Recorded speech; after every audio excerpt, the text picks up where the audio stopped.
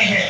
ये बच्चों का, इन्हीं बच्चों के मुतल्लिक़ अल्लामा इकबाल ने भी कहा था, जवानों को मेरी आहें सहर दे, जवानों को मेरी आहें सहर दे, फिर इन शाहीन बच्चों को बालों पर दे।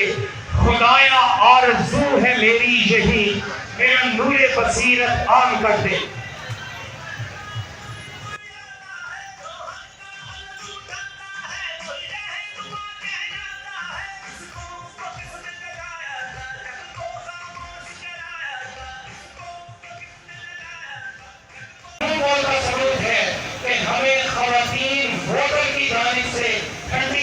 मुकम्मल तौर पे आएंगे। आपका बहुत ज़्यादा शुक्रिया, आपको वेलकम करते हैं कि आपने भी मर्दों के शाना निशाना काम कर रही हैं। ख़वातीन ज़रा इंशाअल्लाह ताला तिलावत होगी, नाज़ शरीफ होगी और